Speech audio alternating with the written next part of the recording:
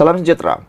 Kebebasan media Malaysia di kedudukan 107 jauh lebih baik berbanding zaman Perikatan Nasional. Sekarang ini walau menggunakan isu kebebasan media ini kononnya untuk menyerang kerajaan, tapi mereka lupa 2 tahun yang lepas Perikatan Nasional pula pun lebih teruk daripada yang sekarang ini. Malaysia berada di kedudukan 107 dalam indeks kebebasan media yang dikendalikan wartawan tanpa sempadan RSF Paris. Angka itu menyaksikan kedudukan Malaysia jatuh 34 tangga berbanding di tempat 73 tahun lepas. Namun, angka itu masih lagi tidak melepasi kedudukan terburuk yang pernah dicatat Malaysia pada tahun 2021 dan 2022.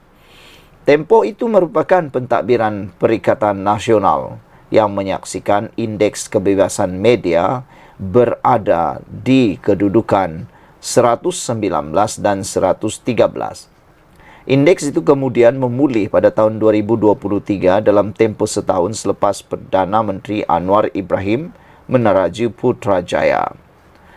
Antara hal yang memburukkan indeks negara sewaktu pentadbiran Perikatan Nasional ialah penubuhan Jabatan Hal Ehwal Khas Jasa yang sebelum ini bertindak sebagai unit propaganda.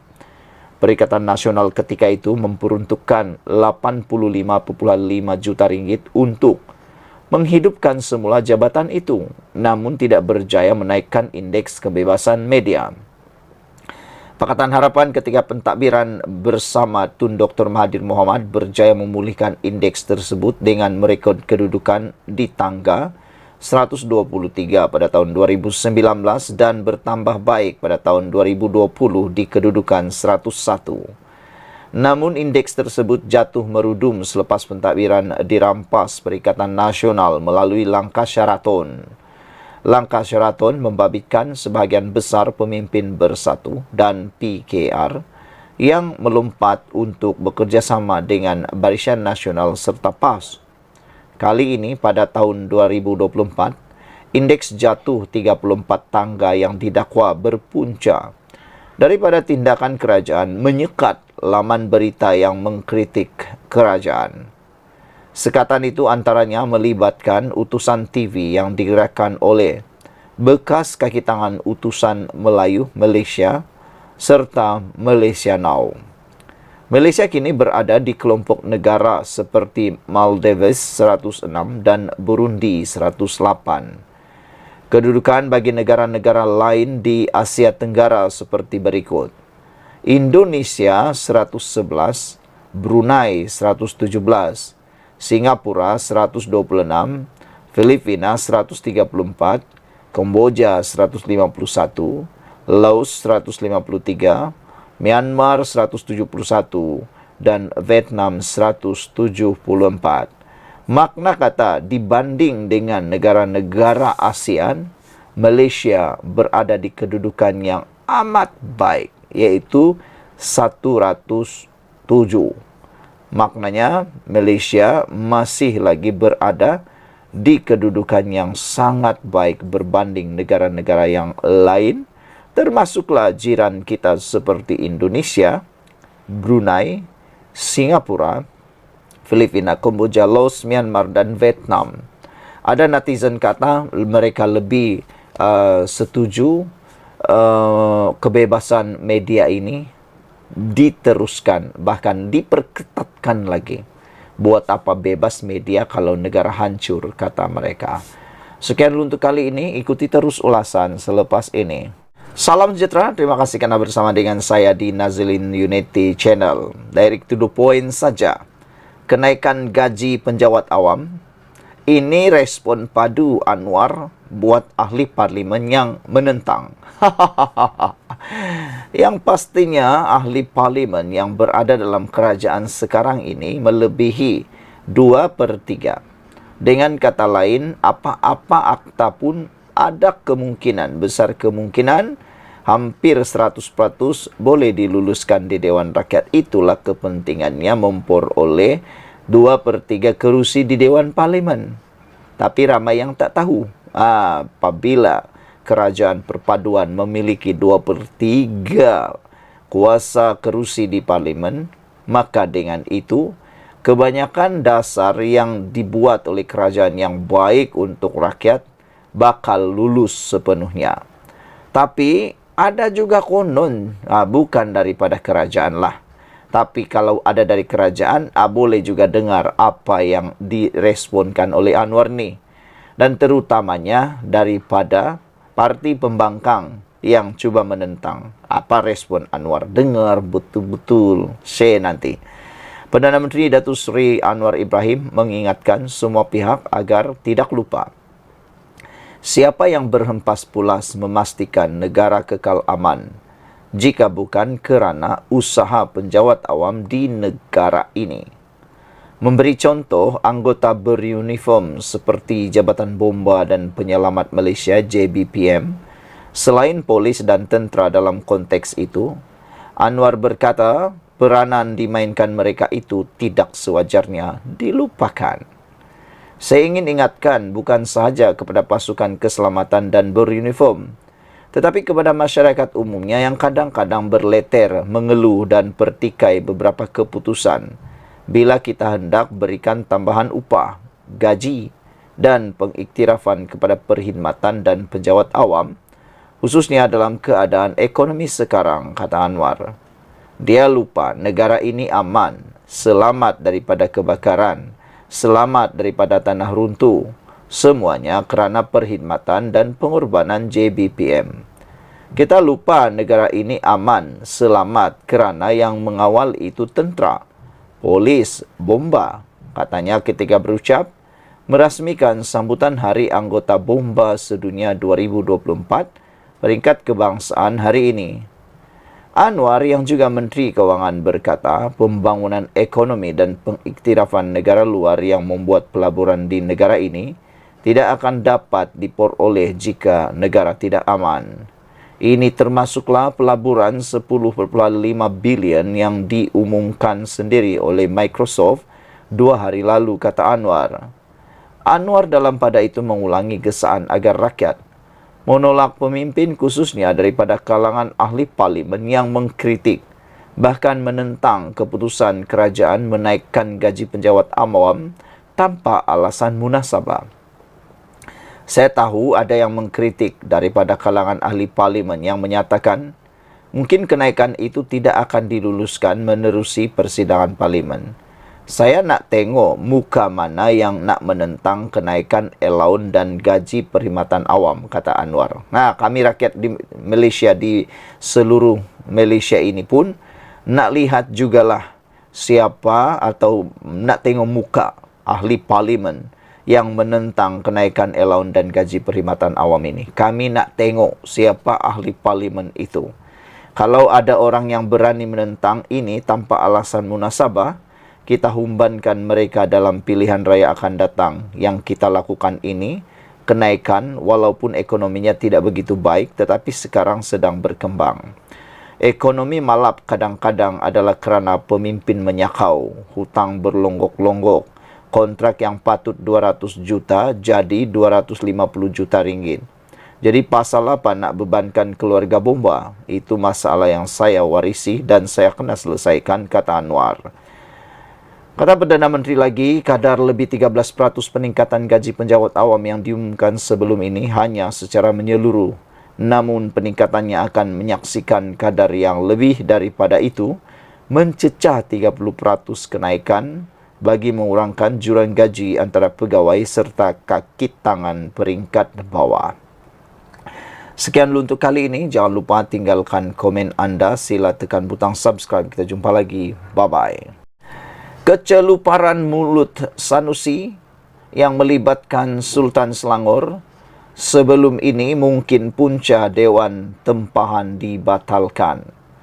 Kecoh di media sosial, di TikTok, di YouTube, di Facebook, di Instagram, di X menyatakan tentang perkara ini. Sehingga netizen membalas dengan mengata, mereka kata sudah lama orang Melayu mengajar tentang kerana mulut badan binasa.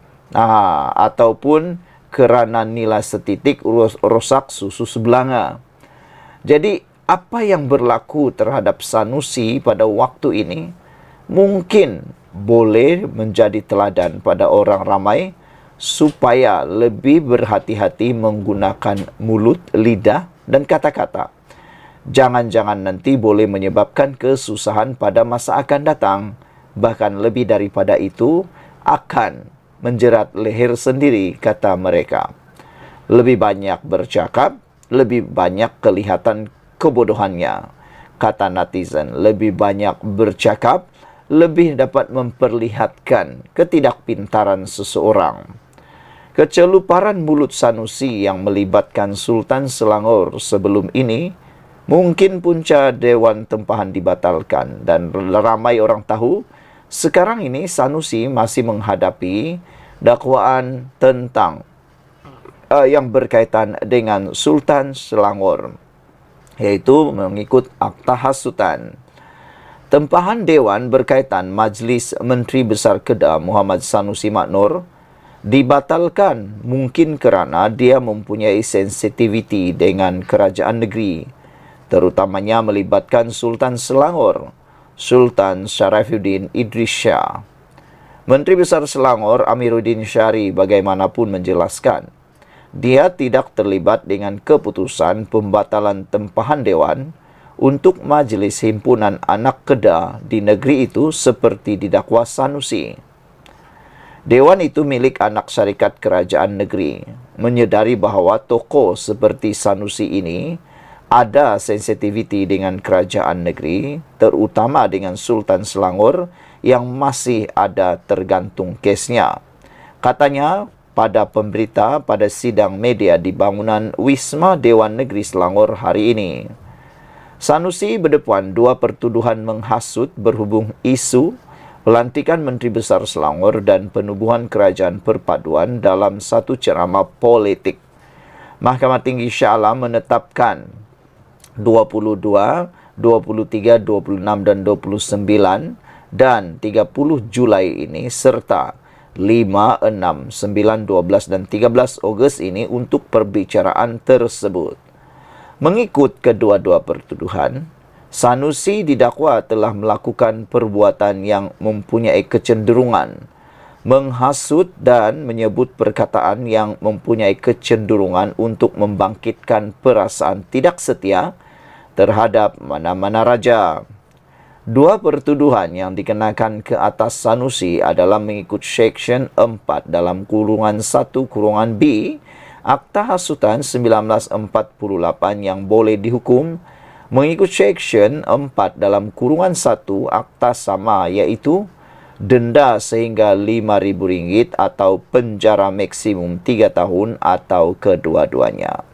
Dalam perkembangan berkaitan, Menteri Besar Selangor menjelaskan semasa urusan tempahan dan pembatalan Dewan berlaku, dia berada di Jerman bagi lawatan kerja kerajaan negeri. Pihak terbabit pemilik Dewan mungkin mengambil keputusan memulangkan deposit. Saya kena rujuk balik sebab saya tidak tanya kenapa, kata beliau. Saya tidak sebab saya tidak mendapat kontak daripada sesiapa. Tahu-tahu sudah ditempah dan tahu-tahu dibatalkan, kata beliau. Kebetulan masa itu saya tiada di sini di Selangor. Saya ada di Jerman urusan lawatan kerja, kata Amiruddin. Sanusi ketika berceramah untuk kempen Perikatan Nasional di Batangkali pada 1 Mei lalu mendakwa pembatalan Dewan itu kerana poster Majlis Anak Kedah memaparkan wajahnya. Sanusi berkata pemilik premis telah memulangkan duit deposit penganjur Majlis Anak Kedah di Selangor itu. Oleh kerana Dewan itu digunakan oleh anak Kedah dan poster dia pula poster Sanusi, dipulangkan duit deposit. Selangor teruk betul Selangor, bagi balik oi duit deposit, kata Sanusi yang juga adun January. Sekian dulu untuk kali ini. Jangan lupa tinggalkan komen Anda. Ikuti terus ulasan selepas ini. Selamat petang, salam sejahtera. Terima kasih karena bersama dengan saya di Nazilin Unity Channel. Ini pendedahan paling menarik dipetik daripada myqmu.net yang kita terima, yang kita dapatkan, maklumat sumber yang kita dapat daripada mykmu.net amat menarik perhatian kita. Bahkan lebih daripada menarik perhatian, ianya amat panas. Saudara-saudara sekalian, mana kan tidak panasnya? Bayangkan saja dengan tajuk luar biasa ini, gagal hasut rakyat, kempen Perikatan Nasional di PRK Kuala Kubu baru dijangka makin menggila. Nah, saudara-saudara sekalian, kempen Perikatan Nasional PN di PRK Dun Kuala Kubu Baru akan semakin menggila. Kerana serangan disasarkan mereka kepada kerajaan perpaduan tidak berhasil, dakwa Amiruddin Syari. Pengerusi Pakatan Harapan PH Selangor berkata, kempen pembangkang juga seperti berubah-ubah serta cuba memainkan sentimen membangkitkan kemarahan rakyat tanpa bukti dan fakta. Kalau jadi pembangkang tetapi bukan nak bangkang semua benda, lihat semua penamaan semasa sebelum penamaan calon. Kemudian selepas penamaan calon, kempen PN melompat-lompat. Agaknya suka lompat parti, kata beliau. Mula-mula kata nak tukar kerajaan, kemudian nada berubah. Kata ekonomi Selangor dizalimi kerana keluarkan belanjawan defisit. Dia main sentimen tak guna data, katanya dalam ceramah mega perpaduan di Bandar Utama Batangkali malam ini. Menteri Besar Selangor itu berkata, sebaliknya kerajaan perpaduan tampil dengan kempen berbeza, iaitu tawaran dan perancangan untuk pengundi Kuala Kubu Baru. Jangkaan saya selepas mereka gagal, mereka akan makin menggila. Sebab apa? Sebab mereka terpaksa menggila. Mereka tak boleh move on daripada kesilapan mereka lakukan. Mereka lah yang bertanggung jawab mencipta ketidakstabilan politik. Bila kita pulih pelaburan masuk, kalau kestabilan ditunjuk ini, kita boleh bentang dasar perubahan tenaga, dasar baru perindustrian besar, dapat menarik pelaburan semikonduktor. Mereka tiada benda lain, terpaksa adakan alasan, katanya. Katanya lagi, malah Perikatan Nasional juga ibarat gila talak apabila menyerang pihak mengadakan kerjasama dengan DAP seperti UMNO dan Pakatan Harapan PH. Barisan Nasional dah 2 tahun bersama DAP, tidak ada masalah pun. Perikatan Nasional hala tuju tak tetap, nak pergi mana tak tahu. Dia tahu ambil kesempatan, curi orang sini nak bentuk kerajaan. Itu timbulkan ketidakstabilan, hasilkan negara tak makmur dan wujudkan krisis. Sedangkan kita 18 parti bergabung untuk pastikan kestabilan kekal. Orang boleh buat kerja, bekalan pulih, ekonomi kita tarik. Inilah masa depan rakyat sekarang, katanya. Dalam majlis yang sama juga, Presiden Amanah Muhammad Sabu berkata, kenaikan gaji penjawat awam yang diumumkan Perdana Menteri Anwar Ibrahim bukti kejayaan kerajaan dalam tempoh 2 tahun memerintah. Katanya lagi, banyak lagi pengumuman, lebih banyak pengumuman akan dibuat pentadbiran kerajaan yang berbaki lebih 3 tahun lagi. Ini kejayaan awal, kejayaan lain akan mendatang. 3,5 tahun menjelang pilihan raya kita akan umum, kejayaan dari semasa ke semasa demi faedah rakyat, katanya lagi. Saudara-saudara sekalian, amat menarik pendedahan kali ini kerana gagal hasut rakyat, kempen Perikatan Nasional di PRK Kuala Kubu Baru dijangka akan makin menggila. Tiada peluang, musnah harapan, tiada peluang lagi untuk Perikatan Nasional mahu merebut kerusi KKB ini. Hal ini kerana telah diterangkan sebentar tadi. Ikuti terus ulasan selepas ini yang lebih menarik lagi.